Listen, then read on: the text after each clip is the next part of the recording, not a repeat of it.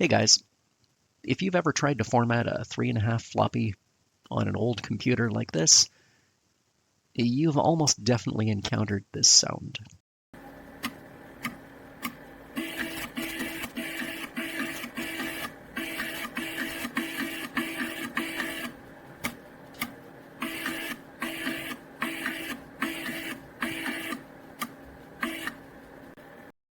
When the regular tick, tick, tick of the stepper motor is replaced with a chugging noise, you know the format command has encountered bad sectors on that floppy. Thankfully, we have a modern solid-state replacement. Now, most of you are probably familiar with this device. This is a Gotek Floppy Emulator.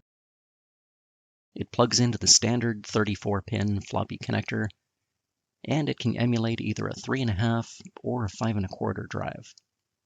You simply load floppy images onto the USB stick and use the buttons on the front to select the image that you want to use.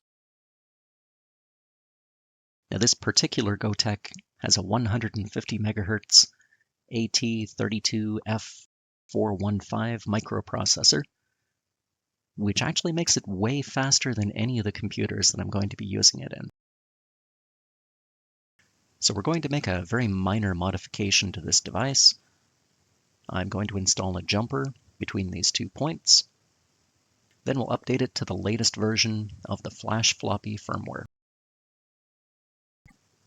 As a matter of fact, here's a Gotek where I've already installed the jumper.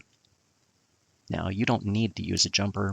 Most tutorials simply show a small piece of wire wedged into those 2 holes,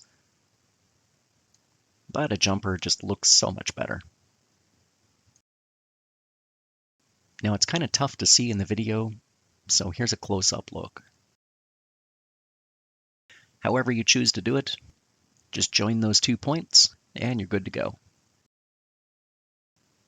Now, for the actual programming, I'm going to use a Windows 7 system. If you've been on the channel for a while, you know this is Jasmine, my E8400 test bed. I'm going to use a USB A to A cable. And of course, the Gotek is not connected to a floppy controller. Now, there are a couple of different ways to do this.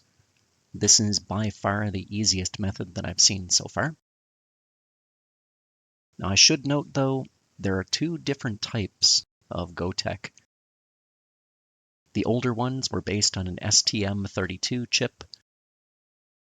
The procedure I'm going to show here is for the newer AT415 based models. If you're not sure which one you have, take the cover off your Gotek, look for a small square chip, and there should be a marking on there that tells you for sure. I have a copy of the latest FlashFloppy firmware, as well as the driver package from the manufacturer. So let's start by decompressing those. Next, let's install the driver, and then of course we need to reboot. Now, you don't have to do this under Windows 7. From what I've read, it should work just as well under Windows 10. Now, if you are doing this under Windows 7, you'll probably need to install .NET Framework 4.0. The programming software seems to need that. Now, after the reboot, when I plug in that USB A to A cable, something does show up briefly in Device Manager. We had a new USB device showed up and immediately disappeared. So let's load up the programming software. There we go. Windows did indeed find a new device.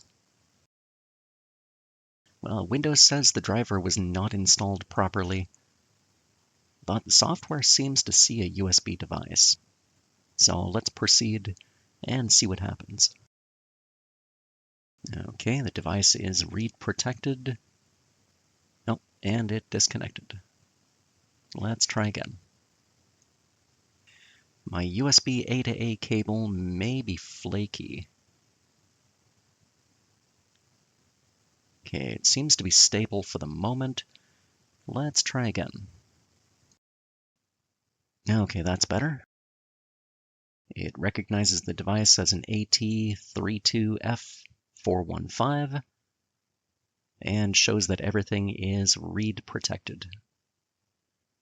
So we need to disable that read protection. I'll click on Next. And the option we're looking for is down at the bottom. Flash memory will be mass erased and all contents will be lost. Yep, that's exactly what we want.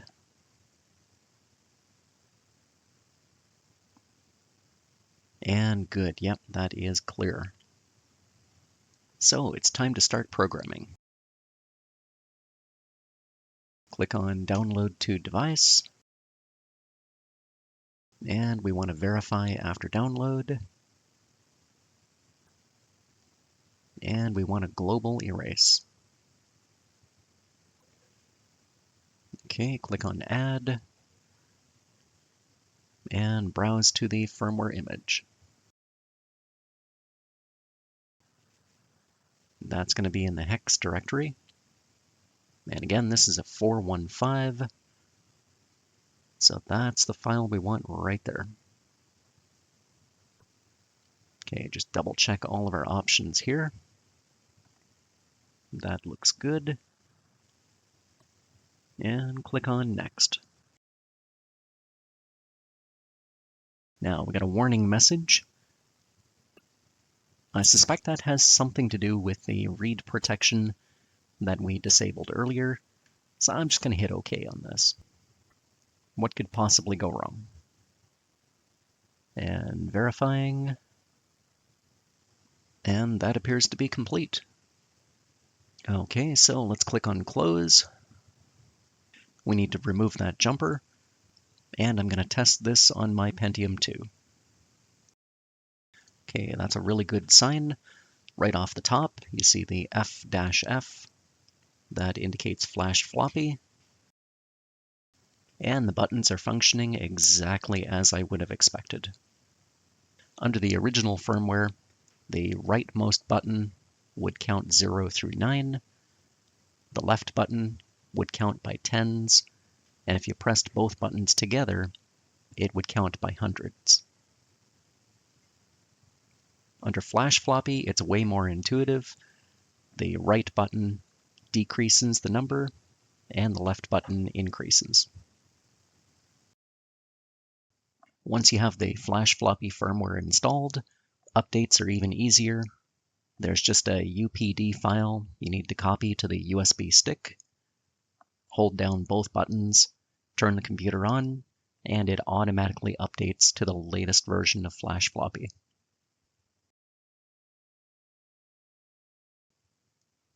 So if you enjoyed this one, please feel free to like and subscribe. Drop a comment down below. And, as always, thanks for watching.